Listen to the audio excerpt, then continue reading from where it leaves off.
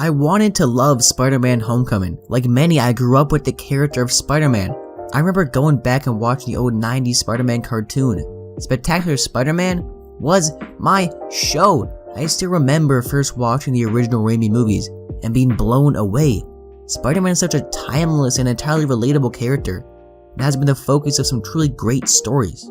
So I hoped and I hoped that the film would be great. But when I sat in the theater, the credits rolling for Spider-Man Homecoming, I felt nothing. Nothing besides a feeling of crushing disappointment. Spider-Man Homecoming is such an empty and unimpactful film. I don't think it's a bad movie.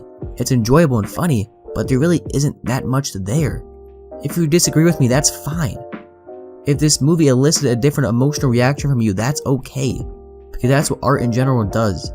But this video is an expression of my opinion, and my opinion is that Spider-Man Homecoming, despite how fun or funny it can be at times, is an overrated movie. Hit the intro.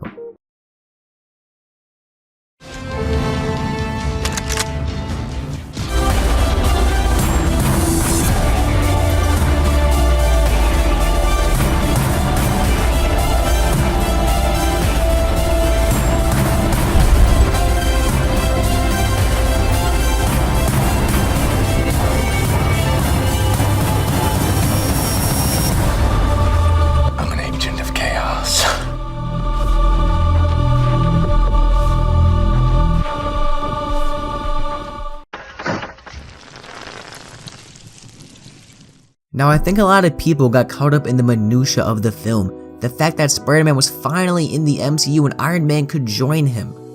The fact that Peter Parker was the appropriate age and was funny. But that does not add up to a great film. That is not enough. Spider-Man Homecoming gets many of the surface level details right, but lacks anything deeper. Spider-Man Homecoming lacks emotional weight. But before you tell me Spider-Man Homecoming doesn't need emotional weight because it's a comedy, then why does the film demand the audience cares and sympathizes when Peter is crushed under a collapsed building? Are you trying to tell me that scene is comedic? Cause I kinda disagree. And before you tell me that superhero movies do not need emotional weight because their superhero movies are supposed to be fun and lighthearted, look at some of the best superhero movies. What do you think the death of Batman's parents is, or the loss of Pa Kent, or the relationship between Cap and Bucky? These are all examples of things in a superhero movie that give emotional weight to the film. And you know what they all connect to? The character's motivation. So I ask you, what is Peter Parker's motivation in Spider-Man Homecoming? He wants to prove himself to Tony Stark and join the Avengers. Tom Holland himself said this in an interview with Screen Rant. I think the difference now is that Peter Parker finally has an all-time goal, and his goal is to become an Avenger. Everything he does, even though he's doing it for the right reasons, is done so that one day he can become an Avenger and prove himself to Tony Stark. And I think we've never really seen a Spider-Man with that kind of motivation before. Now, Peter's motivation to prove himself to Tony could have been great, but the film never really dives any deeper into their relationship or why Peter is so desperate to prove himself. On an emotional level, we really never understand why he wants to prove himself. Is it because he doesn't have a father figure? I mean, maybe. That is something you can infer, but we never really see the lack of a father weigh on Peter. It's clear that Peter idolizes Tony, or should I say, but this film never gives us a scene to really make the audience connect with Peter's motivation. It's like this. Take Thor Ragnarok, a pretty good movie, but I feel like I never really connected with the character of Thor. There are some scenes that could have been more emotionally powerful, but all that emotion was undercut by the jokes. That, to be fair, were pretty damn funny. This one time when we were children, he transformed himself into a snake, and he knows that I love snakes. So I went to pick up the snake to admire it, and he transformed back into himself, and he was like, "Yeah, it's me!" And he stabbed me.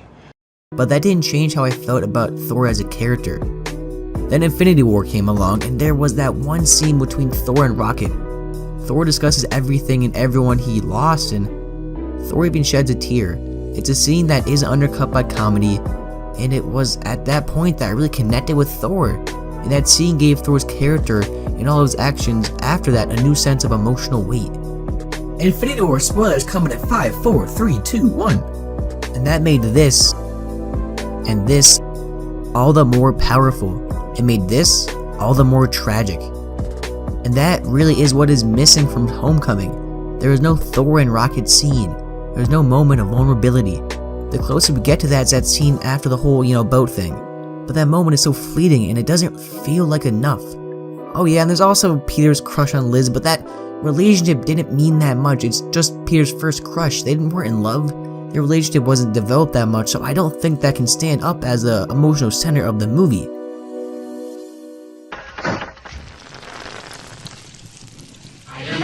Spider-Man does whatever a spider can. Spins a web any size, catches thieves just like flies.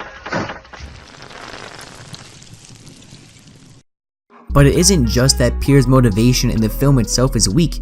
We are missing a fundamental aspect of Spider-Man's character, the death of Uncle Ben. Now I know that a lot of people did not want to see poor Uncle Ben die for the third time, but the character of Spider-Man without that event is missing something. That's Peter's fundamental motivation for doing good, for helping others, for becoming Spider-Man. Those words illustrate the core conflict of Spider-Man. Remember, with great power comes great responsibility. It informs his moral values and will always stay with him. The death of Uncle Ben is something that will continue to loom over him. It's something he can never get over. And that's why he does it. It's why he puts on the mask and the tights. It's because he knows what happens when he decides to be selfish. Even when it's not at the forefront of the story, that one moment is always with Peter, no matter what. And to take that away robs the character of Peter Parker of a core motivation and leaves him feeling empty. It would give Homecoming the extra bit of weight behind it if it was there, because the odd reference here or there is not enough. Yes, we may have seen it before, but maybe find a creative way of incorporating it, because I'd rather see something I've seen before than have an entire movie that I'll forget about.